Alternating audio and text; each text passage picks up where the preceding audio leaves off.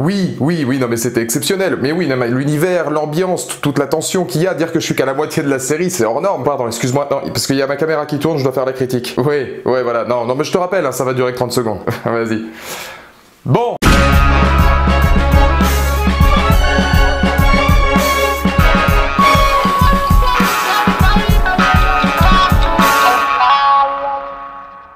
Bonjour à toutes et à tous, c'est Valou et bienvenue pour cette toute nouvelle vidéo. Ça y est, elle est là, je sais que vous l'attendiez avec impatience et croyez-moi que j'étais bien le premier à l'attendre encore plus que vous. Mon Valou TV consacré à Sons of Anarchy. Enfin, j'ai réussi à me mettre dans cette série qui depuis 2008 me fait de l'œil. Et cette vidéo va englober les saisons 1 à 4 tout simplement parce que j'ai tellement de choses à dire sur l'univers des Sons que je voulais faire ça en plusieurs vidéos et je pense qu'il y aura plusieurs thématiques différentes. Donc voilà, je me suis laissé de côté les saisons 5, 6, 7 pour une prochaine vidéo. Et attention, parce que vous êtes beaucoup de temps en temps à me le demander, une fois n'est pas coutume, les extraits présents dans cette vidéo contiendront des spoilers et seront en VF. Pour la simple et bonne raison que je préfère toujours la qualité vidéo, réussir à choper du 1080p même si c'est en VF c'est relativement inespéré. Ce sera l'instant nostalgique pour tous les gens qui ont suivi les Sons sur M6. Voilà, il faut se satisfaire comme on peut. Gotta look this line in the eye.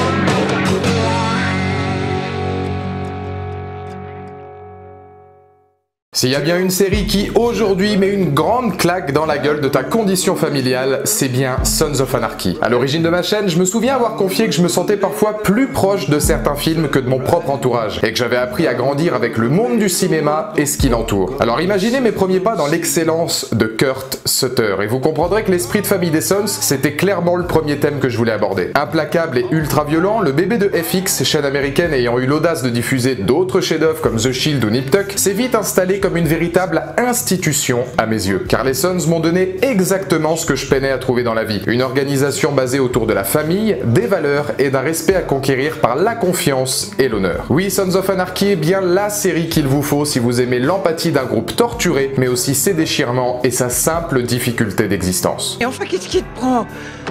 Hein?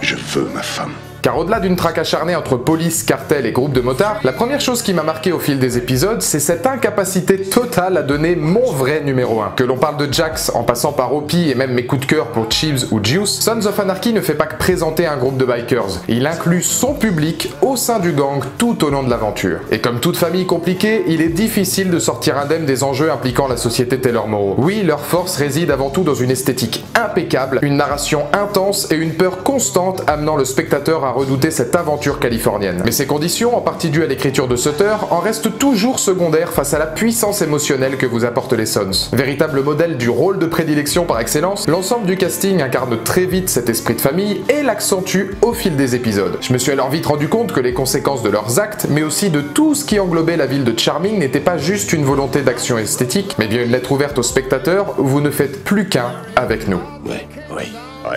Ouais.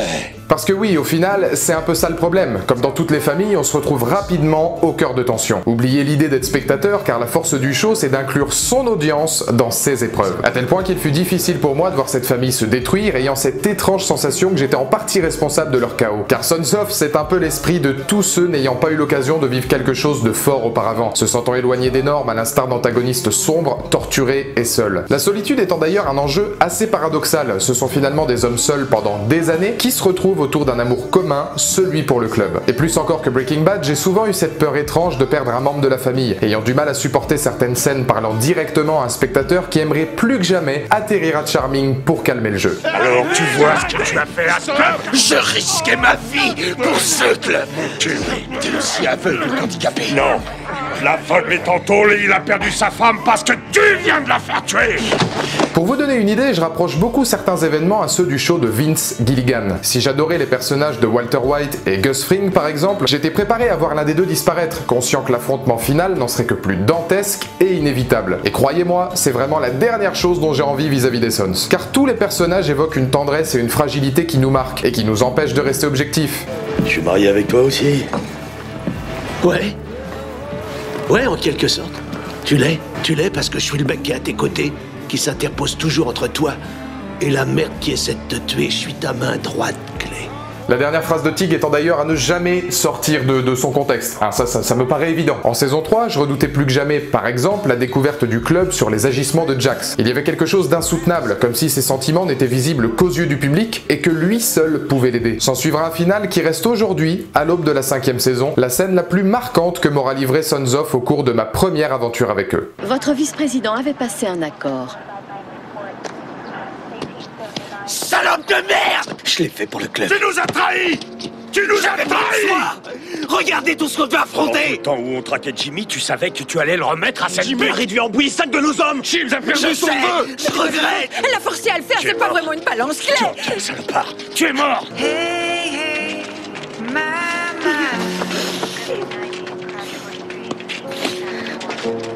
rock and roll can never die.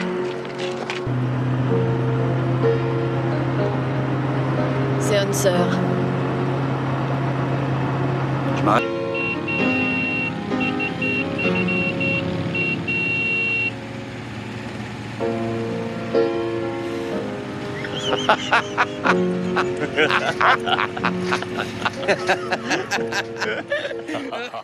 Vous l'aurez compris, la place du spectateur est donc primordiale pour comprendre l'esprit des Sons. Et à ce niveau, je suis pas sûr qu'on puisse la conseiller à tout le monde, ou la juger à sa vraie valeur. Pour l'apprécier, il faut aller plus loin que les fusillades, plus loin que le monde des cartels, et capter l'émotion que nous fait ressentir cette famille déchirée, dont les actes influent sur l'ensemble du casting. Car tous les personnages ont une particularité, au travers d'un clan mené par l'exceptionnel Ron Perlman. On dirait qu'un cancer donne à l'homme une certaine détermination.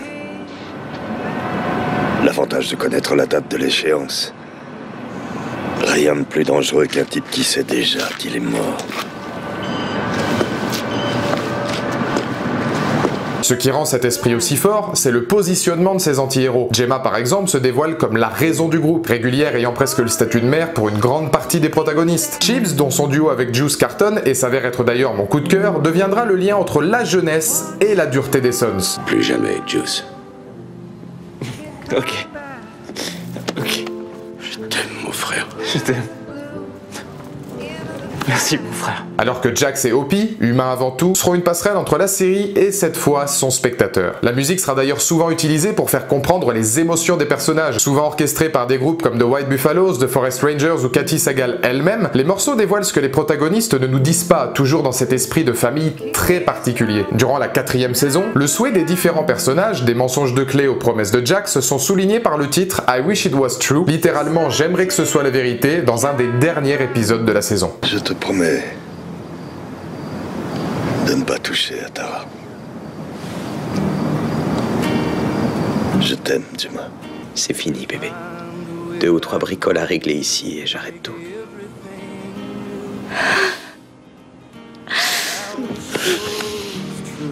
Open your arms and I'll fly to hell to you. I wish it was true. Et nous alors dans tout ça? Qui sommes-nous? Témoins? Prospects? Membres? C'est là que demeure toute la question Sons of Anarchy. Son public grandit et évolue en même temps que le spectacle. Il nous pose des questions sur l'amour, les sentiments, la notion de culpabilité que peuvent éprouver certains membres. Allô? C'est moi. Je pointe. Mais aussi des sujets plus épineux comme la difficulté d'être père. Un axe plus que jamais important en Irlande et mis en scène à travers différentes structures comme Clay ou Jax Taylor. C'est donc au travers d'une série coup de poing n'apportant que rarement des fins heureuses que nous sommes constamment pris à partie. Nous ne voulons pas les voir se trahir ou saillir par amour. Nous ne le supportons pas car nous sommes avec eux. Pour certains, nous sommes eux. Parce que finalement, il n'y a pas un personnage qui n'a pas quelque chose à se reprocher, il n'y a pas un personnage qui est véritablement mauvais. Et je pense notamment à Clay qui, si au fil des épisodes devient de plus en plus dur et de plus en plus violent, lui aussi montre quand même des signes de tendresse, des signes d'attachement, notamment pour le personnage de Gemma. L'une des dernières scènes de la saison 4 étant d'ailleurs marquante, puisqu'au moment où Clay se retrouve criblé de balles à l'hôpital par Opie, c'est bien Gemma qui, à des kilomètres et des kilomètres de la situation, se réveille en sursaut, comme si elle avait ressenti les choses, comme si elle savait que quelque chose était arrivé. Et c'est finalement toutes ces ambiguïtés, je pense à Tig qui oscille un petit peu entre l'amour qu'il a pour Clay et pour le club, ou même Juice qui s'avère terriblement torturé dans la saison 4. Je veux dire qu'avoir rendu c'est un signe de sergent, je sais pas.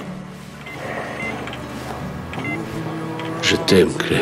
Pourtant, c'est quand l'empathie et l'affect est total sur l'ensemble des personnages que Sons of garde cette force de nous surprendre et nous fait comprendre que c'est avant tout une famille brisée et fragile avec laquelle nous avons signé et avec laquelle nous réfléchissons. Sur notre passé, notre avenir et toutes les notions qui font de nous des êtres humains. Le pire faisant souvent oublier les différents et là-dessus, à leur façon bien particulière, les Sons répondent à un phénomène de société. La loyauté par la dévotion par le sacrifice pour l'honneur de la famille. Et au final, je voulais conclure là-dessus et je suis content de m'être arrêté à la saison 4 parce que c'est peut-être l'une des scènes les plus marquantes de la série. Même la prise de pouvoir de Jax Taylor est due à un élément familial, à quelque chose de brisé, à quelque chose de contemplatif qui existe depuis des générations et des générations, depuis John Taylor et depuis Gemma. Et c'est toutes ces notions familiales et c'est tous ces problèmes de famille qui vont finalement faire passer Jax de vice-président à président, qui vont faire passer Jax de père de famille à président des Sons, lui qui pourtant voulait disparaître. Et cette dernière scène est véritablement symbolique de tout ce que je vous présente sur l'esprit de famille de Sons of Anarchy. Ne serait-ce que sur la mise en scène, sur le positionnement autour de la table des protagonistes, sur ce duel qui prône presque une tragédie antique entre Gemma, Tara et Jax, et évidemment, encore une fois, l'utilisation musicale House of the Rising Sun qui est cette fois une reprise et une reformulation de la chanson originale et qui prône finalement non seulement ce renouveau des Sons, mais aussi un renouveau familial imminent entre Jax et les siens.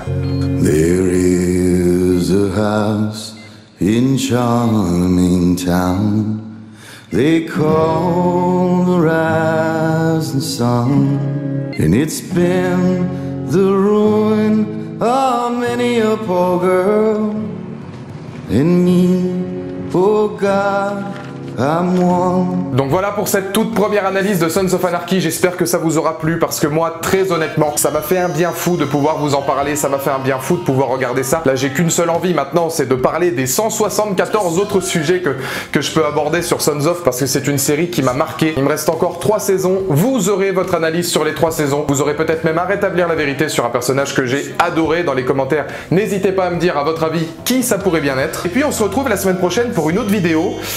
Les Sons reviendront, c'est évident.